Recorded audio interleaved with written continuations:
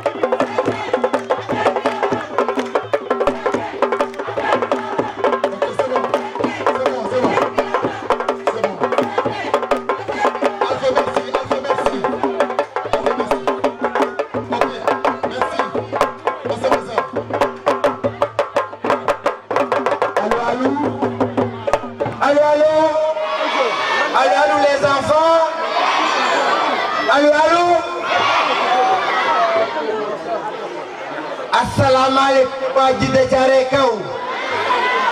a fay leen ma asalaamaaleykum waa Djiddah Thiaroye Kaw asalaamaaleykum les enfants de Djiddah Thiaroye Kaw maa ngi nuyu ku nekk ci turam maa ngi nuyu ku nekk ci santam am kontaan te loolu tey nuyoo bi ma teg ko ci loxo délégué de quartier imam Anne ma teg ko ci loxo d'abord l'imam de ce quartier di imam am teg ko ci loxo délégué de quartier di délégué Racine Gueye ñu ziyaare imam ak délégué de quartier yëpp yi nga xam ni tey ñëw nañ teew fii teewal fi Baye Saliou Ndour di président des délégués de quartier ñu ngi nuyu di ziyaare bu baax a baax di am ngërëm ci inspecteur de l'éducation et de la formation bu Pikine tey muy yónni un de ses collaborateurs donc mu ñëw représenté ko maa ngi nuyu di ko yónnee nuyoo ci IEF et à travers lui ma nuyu le collectif des directeurs d'école donc seen représentant monsieur Thioune jël léegi parole ñuy nuyu bu baax a baax l'ensemble des enseignants de Djiddah Thiaroye Kaw ndax cours de vacances yi IEF wax na ko léegi inspecteur de l'éducation et de la formation moom moo defar programme bi directeur d'école yi nga xam ni ñoo nekk ci école ya ñoom ñoo superviser les enseignements dañ fa joxe maître yi nga xam ne ñoo nekkoon ci école yooyu ñoom la ñu tànnaat ñu ñëw defaat enseignement yooyu pendant toute la durée des cours de vacances moo tax ñooñu ma bëgg a tàmbalee ci ñoom sant leen gërëm leen bu baax a baax mais may sant bu baax di nuyu les 4138 élèves yi nga xam ni nuyu leen ñoom ak seen parents d'élèves yi nga xam ni ñoom ñoo leen yabal ñu ñëw participer ci cours de vacances yi nga xam ni tey c'est la 6e édition mairie Djiddah Thiaroye Kaw di ko organiser 2014 lañ ko tàmbali ba 2021 juróom benn édition ñuy defar cours de vacances gratuit yoo xam ni mairie dafa naan képp koo xam ni bëgg nga sa doom biir vacances yi du nekk ci mbedd mi biir vacances yi du dem géej biir vacances yi du exposé wu au danger de la rue delloo ko ci école yi bu ko defee mairie recruter ay enseignants ñu ñëw jàngalaat leen pour que ñu améliorer seen niveau. cours de vacances yu ren yi dañoo am benn cachet particulier ndax dañoo jógee ci la pandémie de la Covid-19 mu perturber daaw bu baax a baax déroulement enseignement yi nekkoon ci biir école yi ñu ni kon devant ces perturbations dinañ améliorer la nga xam ni moom laa def ñu yokkaat lañ doon def moo tax ñu gën koo professionnaliser ren ba cours de vacances yi am na njort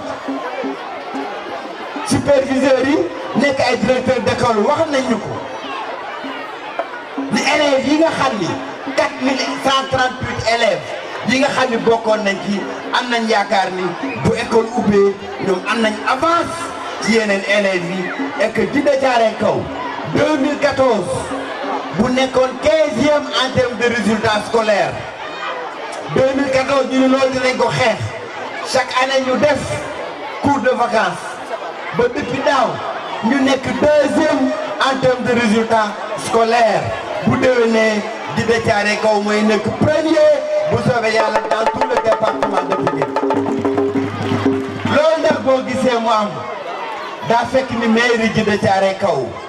dafa def de l'éducation une priorité de l'action de notre conseil municipal dañ ko def priorité moo tax chaque année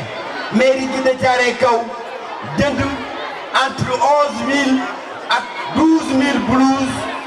bépp élève boo xam ni yaa ngi ci école primaire publique yi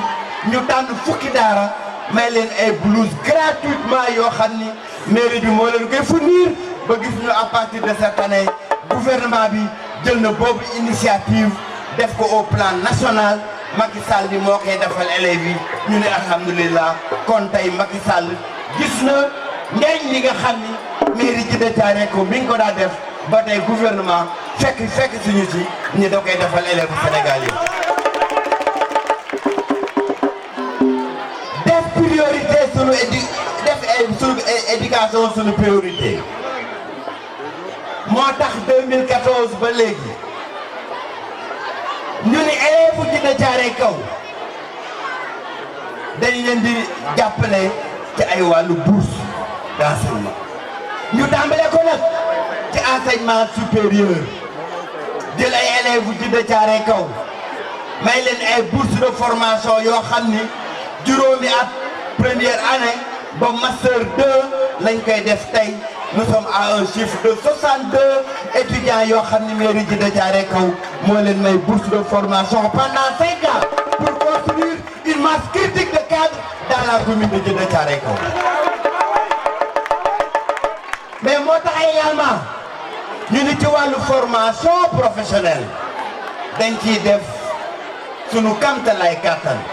ba bi njëkkee def une première promotion de 35 jeunes filles yu nekk en couture yu nekk en coiffure yu nekk en restauration ñu doon ci depuis daaw une seconde cohorte une seconde promotion de 62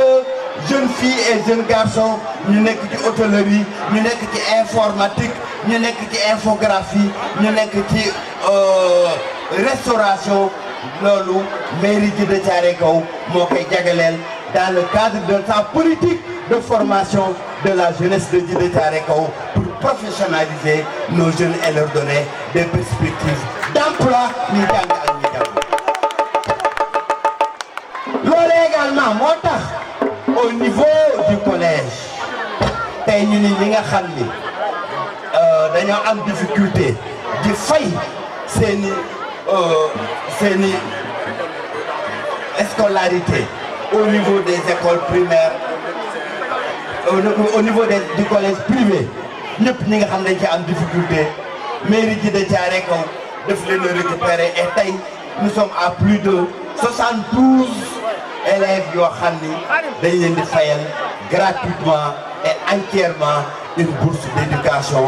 ñuy jàngee ci école yi. Au total c'est plus de 250 élèves aujourd'hui que la mairie de Djiddah Thiaroye Kaw prend en charge en termes de bourse pour may leen ñu jàng et à cela s'ajoute 52 jeunes yoo xam ni mairie Djiddah Thiaroye Kaw moo leen defal formation gratuite en permis de conduire dans une auto-école de la place pour que ñu mën a am métier ci wàllu chauffeur bi nga xam ne ci la ñuy yëngu loolu politique de jeunesse la boo xam ni conseil municipal Djiddah Thiaroye Kaw jël na ko en charge 5 ans yi passé ñu am yéene nag ci mandat bii nga xam ni ci la ñu jëm à partir de 2021 bu soobee yàlla luñ ci defoon ñu doublé ko luñ ci defoon ñu triplé ko ba sa lu Djiddah Thiaroye Kaw xam ni am nañu un maire boo xam ni dafa taxaw ci jàppale les jeunes ci jàppale la jeunesse de Djiddah Thiaroye Kaw ci jàppale la jeunesse de la banlieue ci cette formation pour que la banlieue soit au devant de la conduite des rênes de ce pays loolu mooy ambition commune Djiddah Thiaroye Kaw ñu war koo partager ak suñu jeunesse.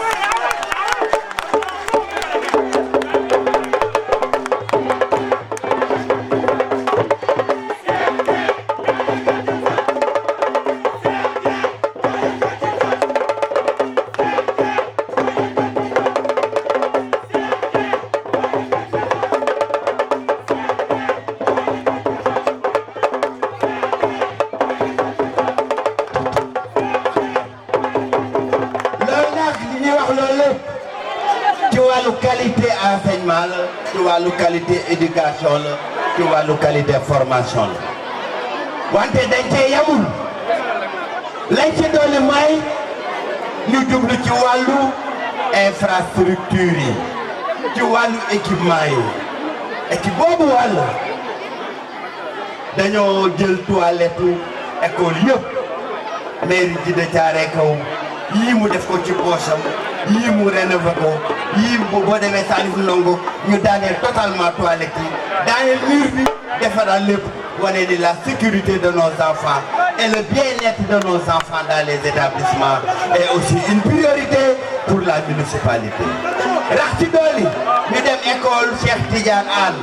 daaneel ñetti classe yu màgget ya fa defoon tabax ko ñetti yeneen salle de classe yu bees tax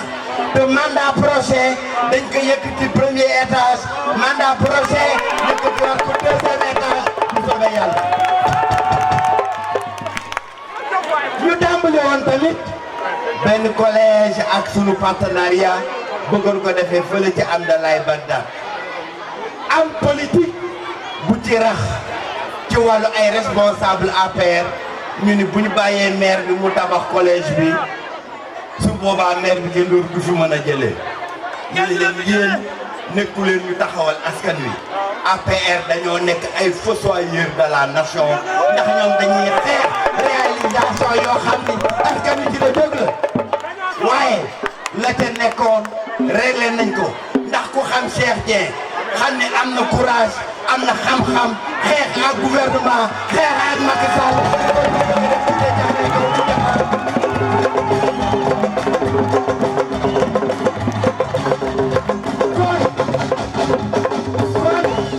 kon ma bëgg leen a rassurer ni deuxième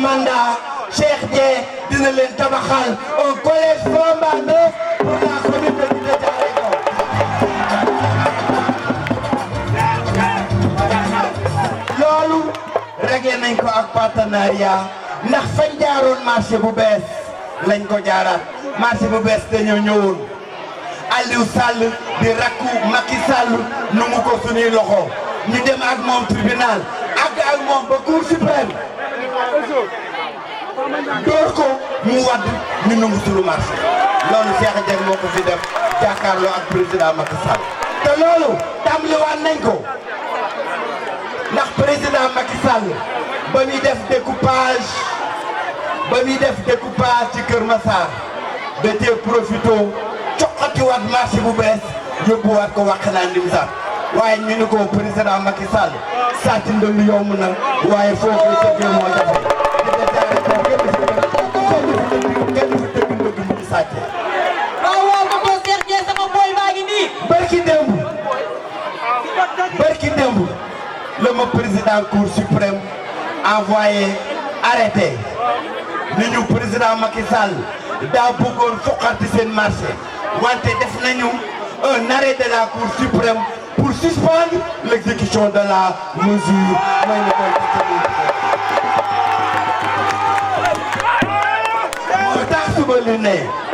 moo tax su ma déggee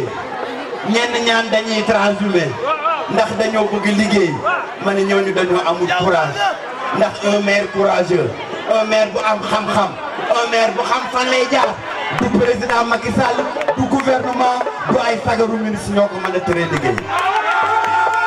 ndax gis nañ barki démb benn sagaru ministre pour ne pas le nommer muy Omar Gueye mu contourner le maire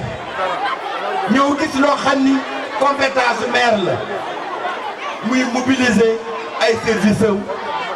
ñëw ci biir commune Djiddah Thiaroye Kao dem ba bassin Bagdad di laqatu maire yëgu ko déggu ko yooyu façon sagaru ministre nga xam ni ñoom ñoo demoon tey induire président Macky Sall en erreur ba président Macky Sall jëloon décret pour foqatiwaat marché bu bees delloo ko Wakhinane Nimzatt moo tax bi yoon ñun waxuñu ak Omar Gueye dañoo àgg directement ci président Macky Sall ñu door ko mbéj bu daanu ñu ko suñu marché.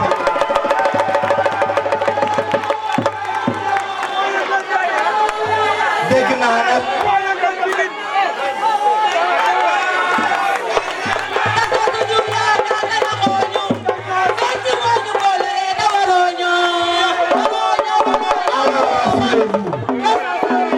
alors rassurez-vous gis nañu élection bu jotee élection bu jegesee façon candidat bu nekk dina cëppi dina tëppi ñëw naan maa fi nekk 2014 ba léegi kan ngeen gisoon sur le terrain dans les quartiers dans les rues dans les ruelles kan ngeen gisoon dans les quartiers tey nag élection jege si na ku nekk jóg na naan man la waaye ñanaan man la ba mu méttee gisoo leen woon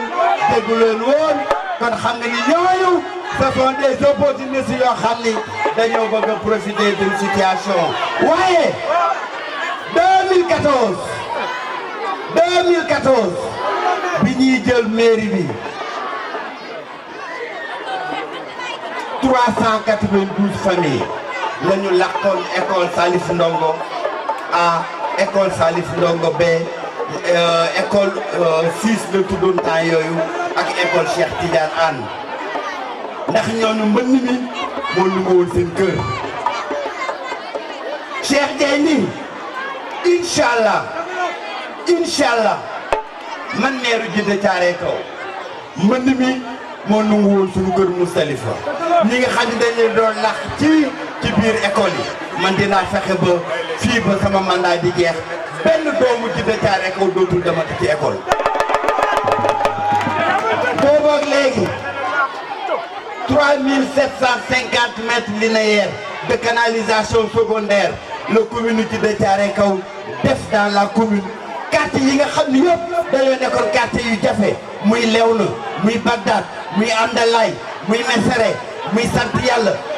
Mousdalifa quartier yëpp nga xam ni dañ daa nekk ci ndox mi tey gisatoo benn quartier boo xam ni kenn day génn sa kër di dem ci biir école yi ndax ndox mi daa nangu sa kër loolu c'est le travail du conseil municipal parce que le domicile la maison c'est la première dignité d'un chef de famille ku ko génn dem ci école di kooku tu perds ta dignité moo tax mairie Djidah Thiaroye Kao fait dans la lutte contre les inondations une priorité ba Djidah Thiaroye Kao bi nekkoon depuis centre des inondations tey doo ko dëgg inondation yaa ngi koy dëgg Yëmbul yaa ngi koy dëgg Kër Massar yaa ngi koy dëgg feneen wante Djidah Thiaroye Kao am na maire boo xam ni kuy waxal yàlla xam ni Djidah Thiaroye Kao na meloon 2014 na mel 2021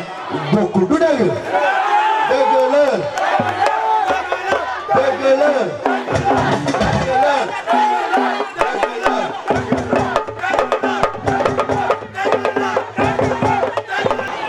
ma daaneel rek que ni élèves yi daa commencé guddi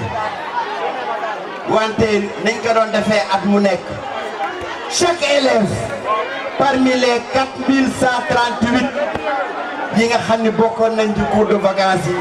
bu subaa ku nekk na nga delluwaat ci classe ba nga nekkoon ci taabal ba nga nekkoon commission bi dina la fa fekk jox la fourniture scolaire bu méngoo ak sa classe bu ko defee sa waajur xam ni mairie bi moo ko jàppale ci fourniture scolaire yi gis ngeen kees yëpp ngeen di gis ay fourniture scolaire la yoo xam ni yéen élèves yi yéen ko moom ndax man les enfants les élèves de Djidah Thiaroye Kao ñooy sama xarit yéen laa bëgg man fii laa leen def ci sama xol. balaa maa daaneel ci wolof ma bëgg remercier bu baax a baax comité d'organisation des cours de vacances mon jeune frère El Hadj Ndaw jiite ko kàttanu El Hadj Ndaw lépp boo ko gisee El Hadj Ndaw conseil municipal du président de la commission des finances de la mairie moom moo ko organisé moo nekkoon la relation entre l'IEF les directeurs d'école et la mairie mais remercier également tous les responsables politiques Matar Dieng wax na ko léegi ñoom dañoo di xëy bis bu nekk taxaw ci site de formation yi di encadrer élèves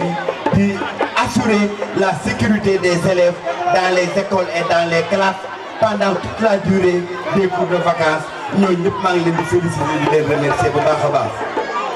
mais également di remercier El Hadj Sow ak Baye Fall yi ma àndaloon démb ak comité d'organisation bi ma àndaloon ak union des jeunes travail libéral et JTL de Djidah Thiaroye Kao bi ñu àndaloon di def l'organisation parfaite de cette cérémonie maa ngi leen di remercier bu baax a baax mais bëgg a baral une mention spéciale à mon frère Assane Diouf de Lansar victime d'injustice de la part du président Macky Sall mais tey moom mu taxaw à côté de son frère dans la commune de Djidah Thiaroye Kao ndax moom doomu Lansar la ndax moom gaynde la moom bañkat la da ko xam doomu Pikine xam ni doomu Pikine bañkat la du nangu président Macky Sall di ko noot moo tax mu toog di xeexal askan wi moo tax mu toog di waxal askan wi Assane maa ngi lay nuyu maa ngi lay jaare bu baax a baax di la remercier ci taxawaay bi nga xam ni am nga ko à côté de ton frère Cheikh Dieng. suba waaw école 27 waa école 27 suba le matin